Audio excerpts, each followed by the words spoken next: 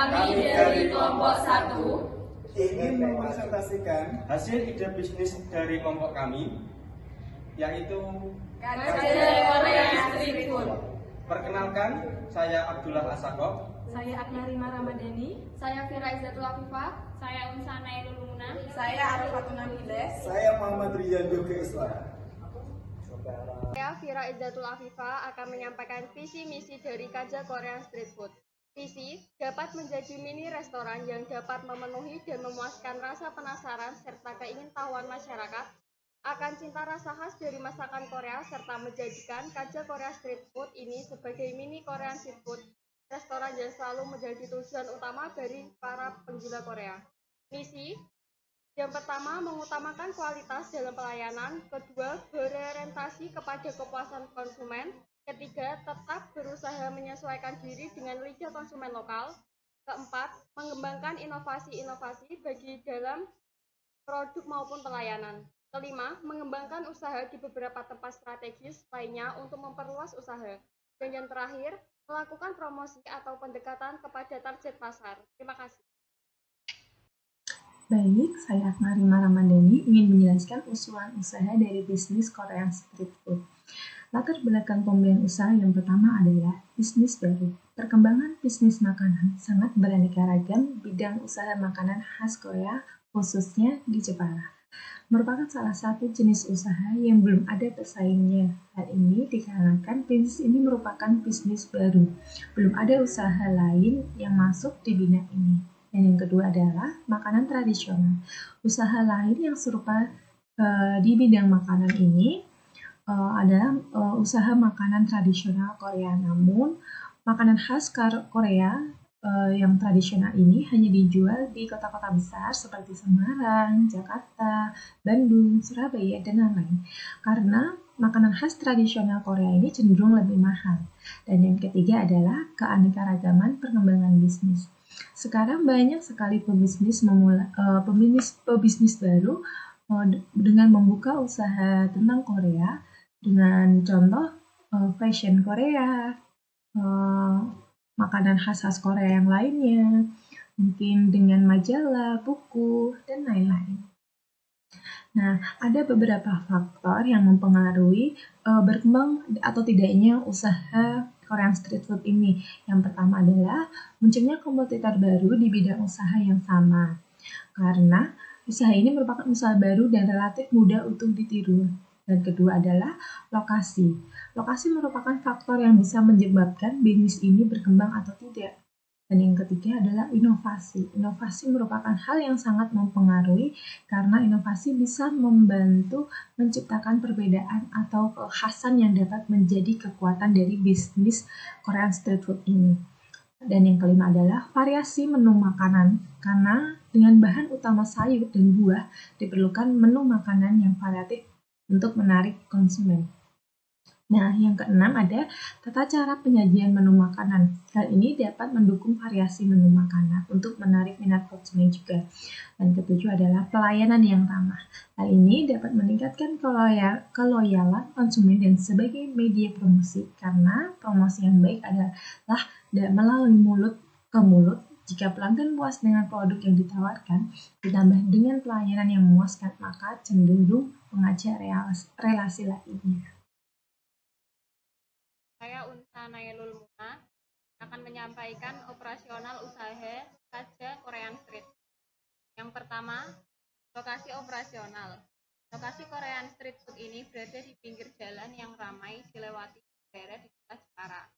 Kami memilih lokasi yang cukup strategis dan berada di dekat kota.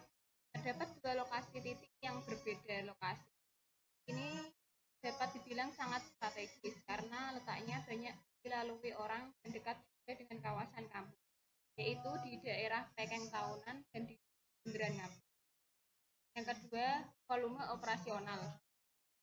Jumlah satuan produk yang dihasilkan selama 1 hari, kami memproduksi total jumlah makanan yang kami jual 70 porsi. Sedangkan jumlah total minuman sekitar 45. Ini dilakukan setiap hari agar pendapatan yang dihasilkan stabil. Yang ketiga, mesin dan peralatan.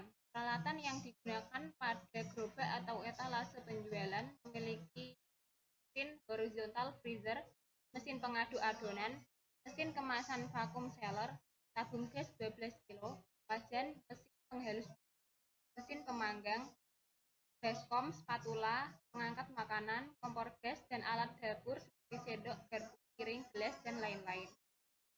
Yang keempat, bahan baku dan bahan penolong. Bahan baku utama yang kami akan sediakan yaitu tepung beras, sayuran, jamur, bakso, ikan, sosis, kodeng atau otak-otak Korea, mie, soda, sirup stroberi, sirup lemon, sirup leci, sirup guava, dan bahan-bahan penolong atau pelengkap antara lain gochujang atau sauso cabai Korea, minyak, kelapa, telur, dan garam, gula, bawang putih, bawang bombay, bubuk cabai, kaldu, daging sapi, dan lada hitam. Yang kelima, tenaga kerja dan layout. Tenaga ahli yang kami pekerjakan untuk menunjang kelancaran usaha kami adalah tenaga ahli pemasaran, keuangan, SDM, dan produksi. Tenaga biasa yang kami pekerjakan untuk pengolahan bahan baku utama ada 2 orang pekerja. Masing-masing karyawan setiap gerobak ada 2 orang. Terima kasih. Menu khas Korea yang akan kami sajikan di Korean street food kami yaitu makanan ada tteokbokki, tteokbokki atau gorengan Korea, burger, terus corn dog, Korean fried dog, bibimbap, ada rasa original, cheese, black pepper atau chicken black pepper, food, original ramyun, jjajangmyeon, bibimbap, sosis barbecue, rasa original, cheese, black pepper, super Korean barbecue atau bulgogi, kodeng atau otak-otak Korea, bakso cumi, bakso udang, chai, dan campong. Dan minumannya ada pat bingsu, soda cilsung, kilkis, soda peach 2%, banana milk. Oke, terima kasih. Perkenalkan, saya Muhammad Rizal juga Iswara dari Divisi Marketing dari perusahaan KJ Korean Street Food. Di sini saya akan menjelaskan rincian strategi perusahaan kami. Untuk strategi pemasaran dapat kita buat tabel SBOT yang kemudian kami analisis untuk dibuat strategi dan mengantisipasi segala bentuk ancaman yang mungkin terjadi. Analis SBOT tersebut adalah strength. Usaha Korean Street Food ini merupakan suatu jenis usaha baru yang ada di Jepara. Harga yang terjangkau. Weakness. Skala branding image dengan pesaing. Opportunities. Jenis street food sedang berkembang. Pangsa pasar street food semakin besar.